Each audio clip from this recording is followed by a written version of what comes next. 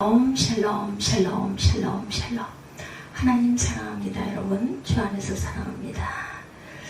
성막의 번제단과 기구들, 이런 제목으로 27장 1절에서 8절 말씀 함께 보도록 합니다. 너는 조각목으로 길이가 5규빗 너비가 5규빗의 제단을 만들되 네모 반듯하게 하여 높이는 3규빗으로 하고 그 네 모퉁이 위에 뿔을 만들되 그 뿔이 그것에 이어지게 하고 그 제단에 놋으로 싸고 재를 담은 통과 부삭과 대야와 고기 갈고리와 불 옮기는 그릇을 만들되 제단의 그릇을 다 놋으로 만들지며 제단을 위해서 놋으로 그물을 만들고 또한 그 위에 모퉁이에 놋꼬리 넷을 만들고 그들은 제단 주의 가장자리에 아래 곧 제단 절반에 오르게 할지며 또 그 제단을 위하여 채를 만들 때 조각목으로 만들고 놋으로 쌀지며 제단 양쪽 꼬리에 그 채를 꿰어 제단을 매게 할지며 제단은 널빤지 속에 비게 만들 때 산에서 내게 보인 대로 그들이 만들게 하라. 제단에 대해서 말씀하고 있죠. 출애굽기 38장 1절에도 나와 있습니다. 오늘은 출애굽기 27장 1절에서 8절 말씀으로 함께 성막의 제단들과 기구들, 이런 제단과 기구들입니다. 성막의 번제단과 기구들에 대해서 말하고 있죠. 하나님께서 조각목으로 번제단을 만들어라 말씀하십니다. 번제단의 크기는 네모 반듯하게 만들 때 길이와 넓이가 2.25, 높이가 1.35m 크기로 만들어라. 그리고 조각목의 그 겉을 놋으로 쌓아 재물을 불에 태우는 곳이기 때문에 이 단을 번제단이다 이렇게 부릅니다. 오늘 말씀한 본문에서 하나님이 만들라고 하신 번제단과 기구들이 우리에게 주는 의미가 무엇인지를 말씀드림으로 은혜를 나누고자 합니다. 첫째, 번제단이 의미하는 것은 번제단은 이스라엘 백성들이 죄를 지었을 때 소나 양이나 염소 같은 짐승을 제물로 가지고 가서 속죄의 제사를 드리는 것. 이렇게 제사를 드리고 나면 제사장이 그 양의 피를 번제단 뿔에 바른 후에 물두멍에서 손을 씻고 성소에 들어가서 분향단 앞에 기도를 하게 되어 있습니다. 이 번제단은 성막의 출입문과 성소로 들어가는 휘장 사이에 있어요. 그래서 성소에 들어가려면 반드시 번제단을 거쳐서 가야 합니다.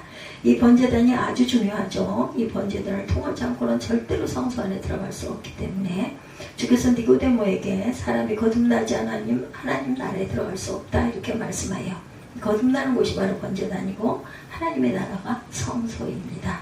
이 번제단은 그리스도의 십자가를 상징하죠. 예수 그리스도를 통해서만 하나님의 나라에 들어갈 수가 있다.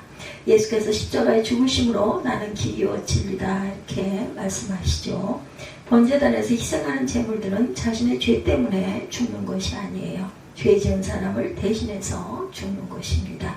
이처럼 예수님도 자신의 죄 때문이 아닌 아무 죄도 없으신 예수께서 여러분과 저의 죄 때문에 십자가에 달려 돌아가셨어요. 그러므로 번제단을 볼 때마다 죄 지은 인간은 두려움과 감사함을 동시에 갖게 됩니다. 십자가를 따라서 바라볼 때마다 죄에 대해서 엄하게 벌하신 하나님의 공의를 우리는 깨달을 줄 알아야 됩니다. 동시에 내가 달려 죽어야 할 저 십자가에 아무 죄도 없으신 예수 그리스도께서 내 대신 돌아가신 것에 하나님의 무한한 사랑을 깨달아야 할 것입니다. 둘째는 번제단 네 귀퉁이에 붙어있는 네 개의 뿔에 관해서 함께 은혜를 나눕니다. 번제단 네 귀퉁이에 있는 뿔은 재물을 묶어놓기 위해 만든 것이라고 그러죠. 시편 118편 27절에 야훼는 하나님이시라 우리에게 비추셨으니 줄로 희생의 제단에 뿔에 매일지어다 이렇게 증거하고 있어요. 성경에서 뿔은 힘과 능력을 상징합니다. 시편 18편 2절에도 야훼는 나의 번제시오 나의 요술시오 나를 건지시는 이시오 나의 하나님이시오 나의 피할 바이시오 나의 방패시오 나의 구원의 뿔이시오 나의 산성이시오다. 죄인들이 죽음의 위협을 받을 때 번제단 위에 뿔을 잡으며 살았어요. 아도니아라는 다윗의 아들이 자기가 왕이 되겠다고 반역을 했다가 제단에 뿔을 잡았기 때문에 솔로몬 왕이 죽이지를 않고 살려주는 일이 있죠. 이처럼 죄인이 비록 죄를 지었다 해도 제단에 뿔을 잡으면 살아난 것처럼 우리는 십자가를 잡으면 살 수 있습니다. 이 십자가는 헬라 사람들이 비이성적인 사람들에게는 어리석은 것이고 히브리 사람들처럼 기적을 기대하는 사람에게는 거리끼는 것이다. 그러나 그리스도를 믿는 성도에게는 십자가가 하나님의 능력이 됩니다. 성경에 이렇게 말씀하죠. 바울은 히랍 아테네에서 복음을 전할 때 그들이 철학을 좋아하고 학문을 좋아하는 사람이라는 것을 의식해서 철학적으로 학문적으로 논쟁을 하면서 그들에게 전도를 하죠. 근데 예수 믿겠다는 사람이 없었다고 그래요. 예, 전도의 열매가 맺히질 않습니다. 사람들은 논쟁에서 지면 두 손을 활짝 들고 항복하면서 예수를 믿겠다고 하지 않고 그래 내 말이 옳다 그러나 나는 안 믿어 이렇게 된다는 거죠. 예, 저와 여러분이 전도할 때 말로 설득하려고 하지 마세요. 말싸움에서 지면 예수를 안 믿습니다. 사도 바울은 이 사실을 나중에 깨달죠. 그래서 고린도전서 2장 1절부터 보면 형제들아 내가 너희에게 나아가 하나님의 증거를 전할 때 말과 지혜의 아름다운 것으로 아니하였나니 내가 너희 중에서 그리스도와 그의 십자가에 못 박히신 것 외에는 아무것도 알지 아니하기로 작정하였습니다. 이렇게 고백합니다. 계속해서 내 말과 내 전도함이 지혜에 권하는 말로 하지 아니하고 성령이 나타난과 능력으로 하여 너희 믿음이 사랑의 지혜로 있지 아니하고 다만 하나님의 능력에 있게 하려 하였노라. 사람의 지혜에 있지 아니하고 하나님의 능력에 있게 하려 하였다. 바울이 깨달은 것이죠. 히랍에서 전도한 그 실패로 인해서 고린도에 가서는 철저하게 십자가의 능력만을 바울이 전했다고 그래요. 그 결과 놀랍게도 많은 사람들이 예수를 믿기로 결심하는 전도의 많은 열매를 믿게 되었다. 이것이 복음의 신비입니다. 우리가 복음을 믿게 되는 것은 마치 어린아이가 출생하는 것과 같습니다. 복음의 씨앗이 사람의 마음에 떨어지면 시간이 지나면서 이 복음의 씨가 자라기 시작하죠. 그러다가 때게 되면 교회에 나와 하나님께 예배를 드리는 성도가 되는 것입니다. 그래서 한 영혼이 하나님을 믿고 구원을 받는 것은 아기가 잉태하여 출산하는 것과 같다. 성도들은 마음의 새신자를 잉태하시기 바라요. 그리고 그 마음에 품은 영혼을 위해서 매일매일 기도하십시다. 그리고 그 사람에게 전도하세요. 그리스도의 십자가의 사랑과 은혜를 전해주고 하나님의 능력을 전해주시기 바랍니다. 그러면 때가 차면 예수를 영접하고 하나님의 자녀로 출생하게 된다. 그래서 바울은 한 영혼이 구원받아 하나님의 자녀가 될 때까지 해산의 고통을 겪는다 이렇게 말합니다. 어머니가 아기를 출산할 때 얼마나 고통스럽겠는가. 그러나 해산의 고통 뒤에는 출산의 기쁨이 너무나 크기 때문에 한 아이를 낳게 되는 것처럼 전도를 할 때 힘들지만 그 영혼이 구원받는 것을 보면 얼마나 기쁜지 체험한 분들은 아실 거예요. 재단의 뿔은 십자가의 능력을 상징합니다. 우리가 죄를 지었을 때 십자가를 바라보고 그 십자가를 굳게 잡으시기 바래요.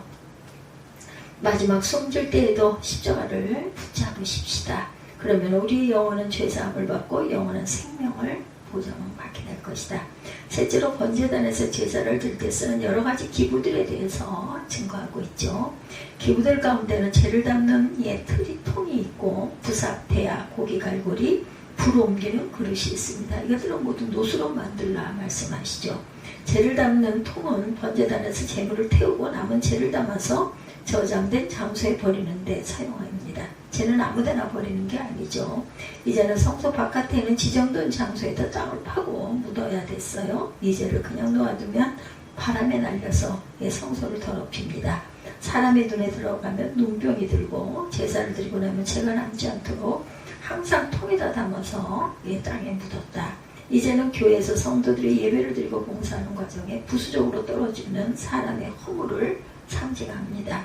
교회 나오는 사람들은 천사가 아니죠. 어떻게 보면 세상에서 허물 많고 죄 많은 사람들이다 이렇게 할 수가 있어요.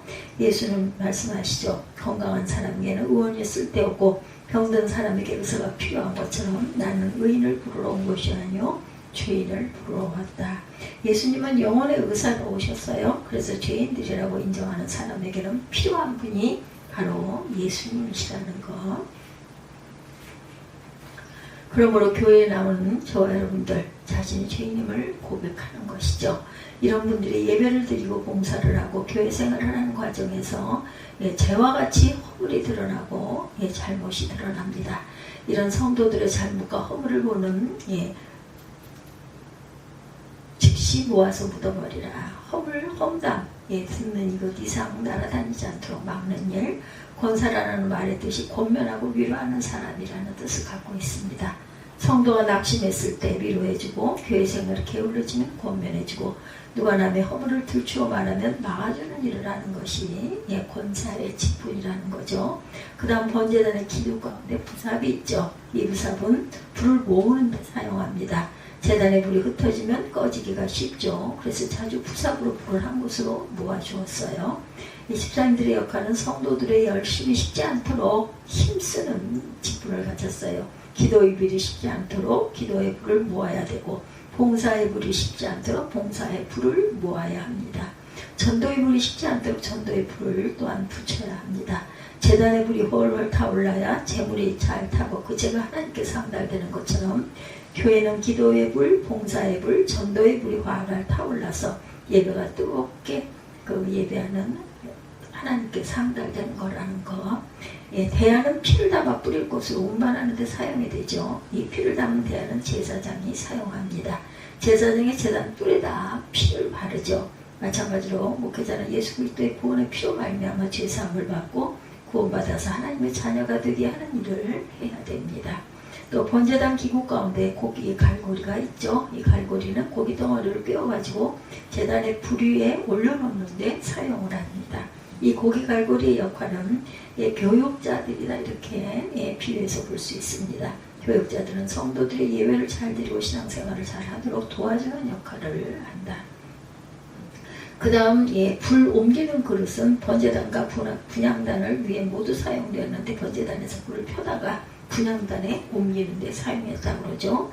이 역할은 장로님들의 역할, 장로님들은 성도님들이 열심히 계속되도록 격려하고 앞장서서 이끄는 사명을 가졌습니다. 이처럼 번제단의 기구들은 교육자와 성도들이다. 교육자와 성도들, 번제단은 예수 그리스도의 십자가죠. 보혈로 사신 교회입니다. 교회가 구속사역을 수행하기 위해서 제각기 맡겨진 그 직책에서 열심을 다해 봉사하는 성도들이 있어야 되겠다. 에베소서 4장 12절, 11절 이하에 사도로 혹은 선지자로 혹은 복음 전하는 자로 혹은 목사와 교사로 세웠으니 이는 성도를 온전케 하며 봉사일을 하게 하며 그리스도의 몸을 세우게 하심이라. 이렇게 말씀하죠. 지금도 하나님께서는 우리를 통해 역사하십니다. 이 지상에 믿는 교회는 주님이 오실 그날까지 계속 역사해야 돼요. 믿으면 역사가 있기 마련이죠. 하나님께서는 이 믿음의 역사를 위해서 우리에게 은사를 주셨고, 받은 은사대로 충성해야 하며 믿음의 분량대로 봉사해야 합니다. 주님의 사랑에 감격한 마음으로 봉사해야 되고, 성줄리안이라는 사람이 환상 중에 천사를 만나서 자기가 열심히 충성한다 이렇게 자랑을 했대요. 그러나 천사가 열심히 봉사했다는 덩어리를 뽑아서 분석해 보여줍니다. 열진 덩어리 100근 속에 20이 야심이 20근, 명예심이 30근, 억지로 하는 것이 15근, 형식적으로 하는 것이 15근, 불분명한 것이 15근, 그리고 정말 순수하게 그리스도의 사랑에 감격해서 한 봉사는 5건밖에 되지 않았다고 그러네요. 이 시간 번제단이신 그리스도 앞에 나 자신을 온전히 헌신하시기 바랍니다. 그래서 우리 하나님과 늘 친근한 관계를 맺고 풍성한 은혜를 누리며 사시기를 주님의 이름으로 축복합니다. 출애굽기 17장 1절에서 8절 성막의 번제단과 기구들에 대해서 함께 은혜를 나눴습니다. 기도하시겠습니다.